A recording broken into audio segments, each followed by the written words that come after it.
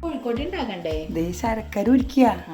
ആഹാ, ശർക്കര അങ്ങനെ ഉരുകി വന്നപ്പോൾ ഇതിലേക്ക് നമുക്ക് തേങ്ങ ഇട്ട് കൊടുക്കണം, ഏലക്കായുടെ പൊടി ഇട്ട് കൊടുക്കണം. Okay okay. ഇതെന്ത്? ഇതേ ഏലക്കായ പൊടിച്ചതാ ഇതിലേക്ക് ഇടാം.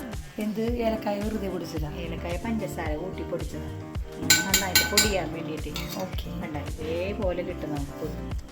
പക്ഷെ അത് ഏലക്കായുടെ തൊലിയുള്ളത് കൊണ്ടാണ് അങ്ങനെ ആദ്യം വാങ്ങിയിട്ടപ്പോൾ നല്ല സ്മെല്ല്. ചുക്കുണ്ടെന്ന് തോന്നുന്നു. ചുക്കൊന്നും അത് ഇടുന്ന ആൾക്കാരുണ്ട്, പക്ഷേ സ്മെല്ലുണ്ടല്ലോ. അത് നമ്മൾ ഏലക്കായ നല്ല ഏലക്കായ ഇട്ട് പൊടിക്കുമ്പോൾ ചുക്കിൻ്റെ ടേസ്റ്റും എല്ലാ ടേസ്റ്റും കിട്ടും. ചുക്കിടണോ നിനക്ക്? ചുക്ക് ഇടുന്ന ചുക്ക് പൊടി. ഇപ്പം നിനക്ക് ചുക്ക് പൊടി വേണമെന്നുണ്ടെങ്കിൽ കുറച്ച് നമുക്ക് ചുക്ക് പൊടിയും ഇടാം. ഓക്കെ. തേങ്ങ ഇട്ട് കൊടുക്കാം. തേങ്ങ ചേരണ്ടിയാ? തേങ്ങ ചേരണ്ടിയൊക്കെ വെച്ചിട്ടുണ്ട്.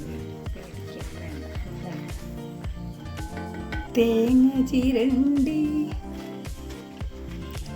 അല്ലേ?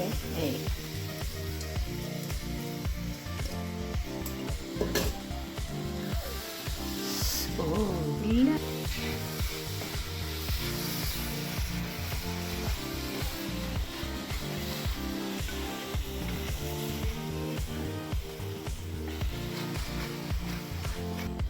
ഇനി ശർക്കരയുടെ വെള്ളം പറ്റണ്ടേ?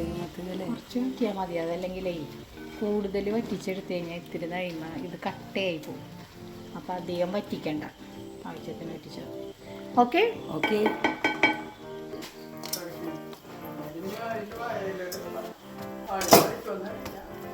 മാവ് ഒഴിക്കണേ. ഞാനിവിടെ